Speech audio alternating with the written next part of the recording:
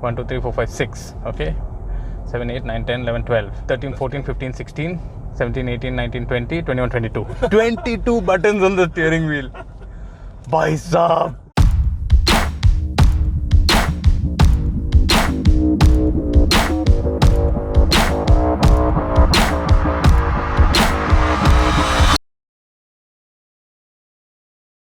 So I'm somewhere in the Thar desert with the all-new Ford Endeavour. What's new with the Endeavour? Well, it has a new BS6 2-litre diesel engine which puts out about 420 Newton meters of torque and 170 PS of power.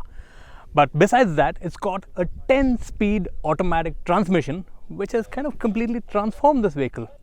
Just spent a bit of time driving it around on all the sand dunes here. Take a look.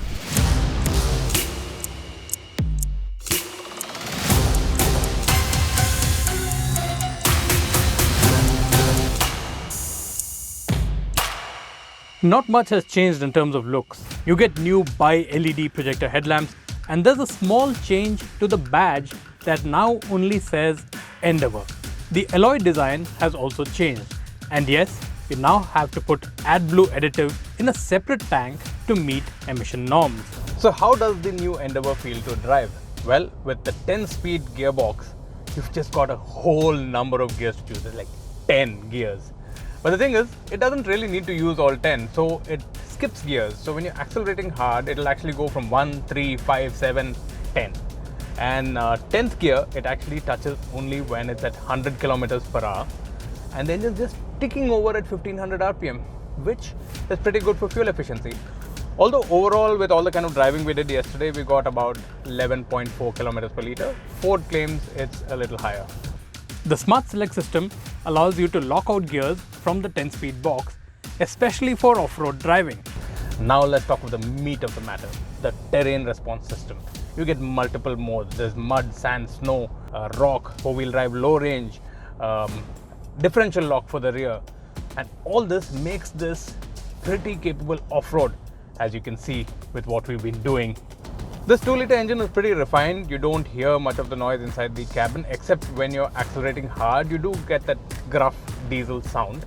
It has that good old noise cancellation system where it cancels out some of these unnecessary noises. So Ford has worked on the suspension of the Endeavour, and now the ride quality has improved considerably compared to the previous version. But when you take a sharp turn, there's still some body roll because it is an SUV after all. In terms of features, the Endeavour is fully loaded. You get everything from navigation built-in, Android Auto, Apple CarPlay, reverse camera, panoramic sunroof, and parallel park assist, where it will actually take control of the steering and reverse the car into a parking slot for you. At this price point, I think that's pretty good value for money when you compare it with its biggest rival, the Toyota Fortuner. It still gets a powered tailgate, power folding third row, powered mirrors, and 3-zone climate control. Legroom and headroom have always been adequate. Prices for the Ford Endeavour range from 30 lakhs to 34 lakhs ex-showroom across 3 variants. So as they say, size doesn't matter after all. Even with a smaller 2-litre engine, the Ford Endeavour is still a worthy competitor to the Toyota Fortuner. It's the 10-speed automatic transmission that has really made a difference to this vehicle.